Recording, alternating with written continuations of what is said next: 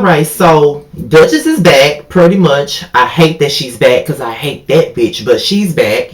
And, she pretty much comes in, and from the moment she walks through the door, she sees that Sky got an issue with Tiffany. And Sky just keep barking at Tiffany and shit. And you know what I'm saying? I'm not really the biggest fan of Tiffany, but I love me some Sky. But at the end of the day, Sky was really doing way too much. Like, I don't understand what was the fucking purpose of her bringing up the fact that she was talking shit about Duchess. You all talk shit about Duchess, so why does it matter that this bitch is doing it? Fuck Duchess. Who the fuck is that bitch supposed to be? That's what I'm trying to figure out. Who the hell is Duchess supposed to be that you got to sit up here and do all that bullshit? You know what I'm saying? Like, seriously though, like, you doing all that shit, you talking all that shit, but you know what I'm saying, it doesn't matter. Like, all y'all talking shit about Duchess, every single one of y'all, none of y'all really like that bitch anyway. You're only fucking settling for her ass just due to the fact that C's wants her there and there's nothing else y'all can do about it. Y'all didn't even want the bitch in the shop, so why does it matter about Tiffany talking shit about her? Yeah, Tiffany got a right to talk shit about her. Duchess didn't even want the bitch there.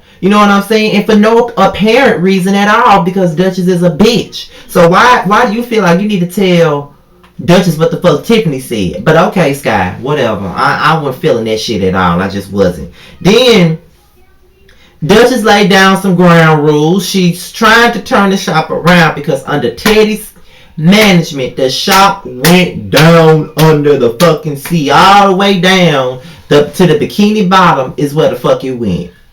Honestly and truly, that's where the fuck it went. So with that being fucking said, she lays down some ground rules. She had like several ground rules, like over about 30 ground rules. And they was like, you know, they wasn't really feeling it, but they was like at that. But she's saying that she's trying to get it together. You know what I'm saying? She's trying to get this shop together and get it back to where it came from, because the fact is they lights and shit was turned off, and it's supposed to be a business, and that's not good business when your lights cut off and then you got clients that's supposed to come the fuck in to get their tattoos done. Don't nobody want to come in no tattoo shop and your motherfucking lights cut off. You know what I'm saying? Like, what type of shit is that? Nobody needs that and nobody wants that. So I get where Duchess is coming from. You know what I mean? That's what she's here to do now. Her attitude is shitty, but that's sometimes you have to be shitty when it comes down to a situation like this, where you're not making no money and the focus is not about the tattoos anymore. It's about partying and bullshitting, and that's not what it needs to be about when your bills ain't being paid. You know what I mean? So I do understand where Duchess is coming from, because C's brought her there to turn shit around, because Teddy ran the motherfucking shop through the ground, so somebody got to come in and turn that motherfucker around, and he felt like Duchess would be the right one to do it. And at this point, I kind of believe she is, although I don't want to agree with that. So C's and Duchess, they go out for dinner, and C's brought up the fact that, you know, I love you, I already have a daughter, but I'm ready for another baby. Duchess ain't ready for no child. She says she ain't ready for no child. He want a son. He needs an heir to carry his business afloat. But at the end of it all, she ain't ready for that. She got black ink to run. She got her own tattoo shop to run. You know what I'm saying? So how am I gonna have time to have another baby? You already got a daughter. You know what I mean? And I do understand it from both sides. I mean, C's loves Duchess for whatever reason, and he wants a child. He wants he wants a son. He wants a man to carry on his legacy, carry on his name when he's long gone. You know what I mean? He wants a son to carry on. But Duchess is at the height of her career right now. She just opened her own shop. She got banging clients coming in. Then she running Black Ink on 113th. You know what I'm saying? Like, she's trying to get herself together, and having a child might not be the best thing for her right now. As much as, you know, entertaining the thought of having another child would be lovely, at the end of it all, it may not be the best thing to do. You know what I'm saying? It may not be the best thing to do, just due to the fact that she got a lot going on. And she was like, well, you probably gonna have a child, just not gonna have one with me. And I was sitting up here like, oh, she really ain't here for having no nuts for having a child. You know what I mean? She really not. So Nikki and Richard, they're going out, and he giving her flowers and stuff, and he was talking about how she's the woman that he wants to marry. And she was saying that she wasn't ready to get married, but then he had like She was like, well, what is it about me that makes you want to marry me? Like, what do I do for you or whatever? And he had this long list of stuff. He even had some vows prepared. And the next thing you know, they went to a justice of the peace and got motherfucking married. I'm like, nah, now Richard instead of being married Nikki now, and now he's a married man. So he really, really, really wanted to marry her. I guess he's really, really in love, you know, because as much as the shit that we've seen of, oh shit, it's always him being a fuck up and fucking several women and not paying his child support and not being a good dad and all of that stuff. But I see that he's really trying to clean himself up and get on the right path. And I guess Nikki's annoying ass is the right one for him. You know what I mean? So I can't really take that away from him. You know what I mean? So shout out to Richard and Nikki. They are now married. So anybody that's happy and in love, I'm happy and in love with their ass. You know what I'm saying? That's just really how I feel about it. So Donna and Walt, she goes to burn her ring. She doesn't want nothing else to do with Maxwell. She done burnt the dress up. She done beat the baby mama ass. Now she's about to get rid of the ring. She wants to get rid of anything dealing with Maxwell, and she wants to get her motherfucking fee for it. She wants to pawn that ring, get it burnt up, and get paid for it. So he burns the ring, and Walt thinks that her ass is crazy because you done burnt the dress. Now you burning the wig. Now you burning the ring. Now you really trying to get rid of anything dealing with this man at this point because you don't want nothing with this man at this point. So after he burns the ring, she thinking that, okay, this is gonna be enough money for me to get my own place. Turns out that shit was number 150.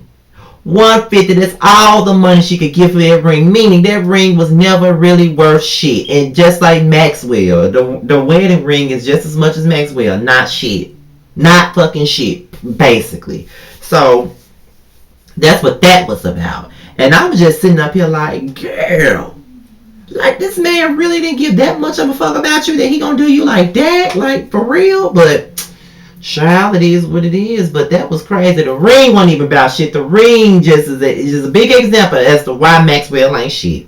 So we get into Tiffany and Scott again.